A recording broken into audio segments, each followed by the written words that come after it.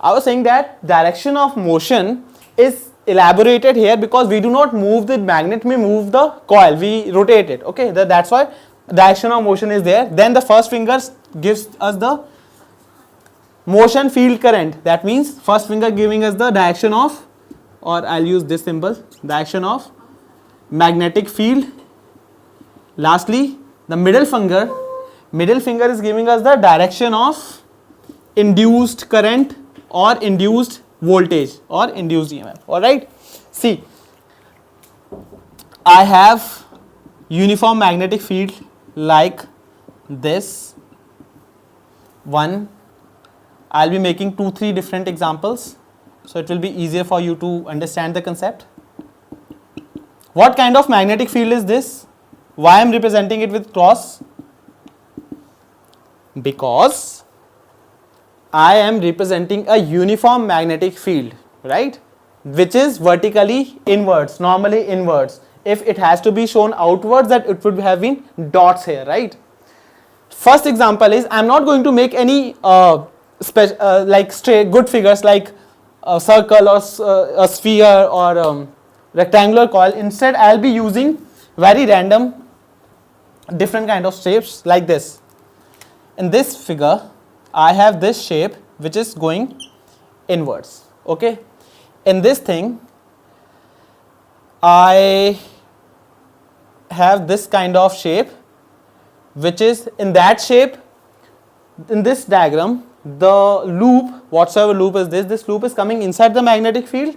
In this situation, the loop is going outside the magnetic field in this direction. Lastly, here I will be using a rectangular figure. For example, I am using a square and I am moving this square here to here to here and like this. I am rotating it in the magnetic field like this. This is the direction of rotation of the square.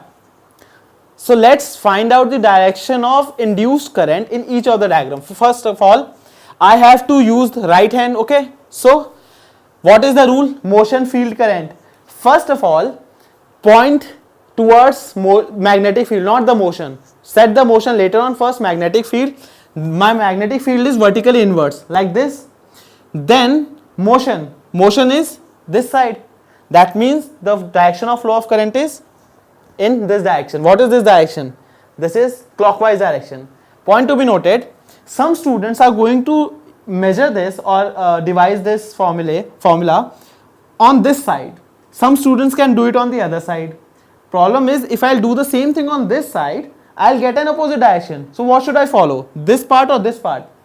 Always follow the part which is entering the magnetic field first. If the whole figure is entering magnetic field, that means if I write the name here, if it is A, B, C, D here, then when any closed loop, any form of closed loop, a rectangular, square, circular or the random shaped, when the closed loop is entering the magnetic field, you have to consider that part which is the first part to enter the magnetic field, and when it is leaving, then you have to consider which part? Not the last part, again the first part. Always again the first part which will be first going out of the magnetic field. So it is always the first part. You don't have to apply this formula right hand rule for the last part. Okay, just do it for the first part and your answer will be right. So coming back again, motion is in this direction. Motion field, first of all I will be setting field vertical inwards, then motion is towards this direction, that is what my thumb is doing, and the flow of current is in this direction. So this is how my current in this will flow, and this is an clockwise, sorry, it was anti-clockwise, right? Initially I said that is clockwise, right? It is anti-clockwise. Clockwise is this. In this case,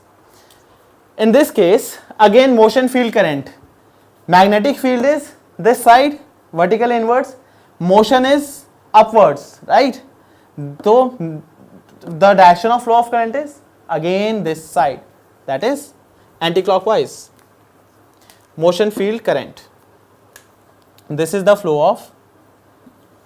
Now, what should be the direction of induced current or induced voltage in this loop? let me name them A, B, C, D. This is A, B, C, D. First of all, guys, which part are you going to consider first? Will it be A, B or will it be C, D? The answer is, no matter what part you are going to take right now, as I first stated that you have to take the first part only, so the direction, according to direction of movement, CD is supposed to be the first part, but the answer in this case will be 0, there will be no induced current at all. Why? For the production of induced EMF, the most necessary condition is the flux has to be changing. When this loop was entering the magnetic field, there was an increase in number of magnetic lines of force passing through this loop or the closed loop, right? When this loop is exiting this magnetic field, there is a decrease in number of magnetic field of lines. That means again you have got what? The number of lines are changing, that is the point.